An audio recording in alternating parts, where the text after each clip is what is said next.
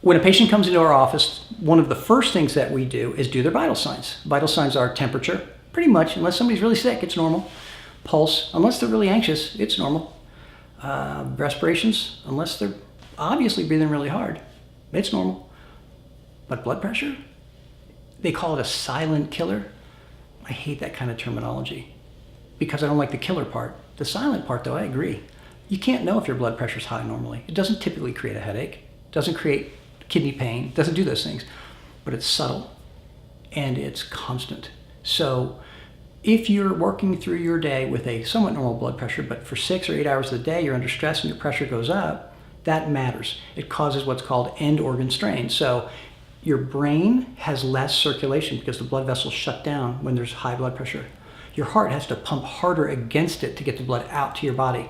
Your kidneys have to work harder to filter the blood and do those things. So it causes kidney disease, early dementia and brain degeneration, and certainly your heart becomes larger and less capable of squeezing and getting the job done. Your heart has only so many pumps in a lifetime. So hypertension, the conventional medical community looks at that as it's an easy target to cure. That's what's great about conventional medicine, is that's an easy target to cure. There's blood pressure stuff all over town. Walgreens has one, and Costco, and the pharmacy down the street, and your local pharmacy.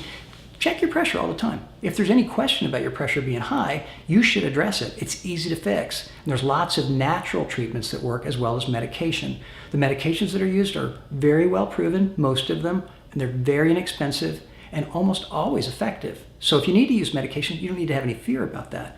I want to give you some natural remedies that may be effective for low-grade hypertension, just 160 over 100 or something, or less than that, to make your body work better and to reduce your risk long-term of disease of the brain, heart, and kidneys. Stay with me.